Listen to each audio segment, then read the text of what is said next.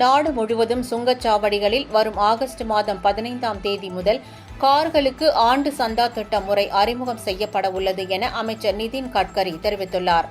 தேசிய நெடுஞ்சாலை ஆணையத்திற்கு உட்பட சுங்கச்சாவடி வழியாக செல்லும் வாகனங்களுக்கு சுங்க கட்டணம் வசூலிப்பதில் ஏற்படும் தாமதம் மற்றும் போக்குவரத்து நெரிசலை குறைப்பதற்காக கடந்த 2019ஆம் ஆண்டு ஃபாஸ்டேக் என்ற முறை அறிமுகம் செய்யப்பட்டது. இந்நிலையில் அதிக அளவில் சுங்கச்சாவடிகளை பயன்படுத்தும் 4 சக்கர வாகனங்களுக்காக ஃபாஸ்டேக் ஆண்டு சந்தா முறை திட்டத்தை மத்திய நெடுஞ்சாலைத்துறை அமைச்சர் நிதின் கட்கரி அறிமுகம் செய்துள்ளார்.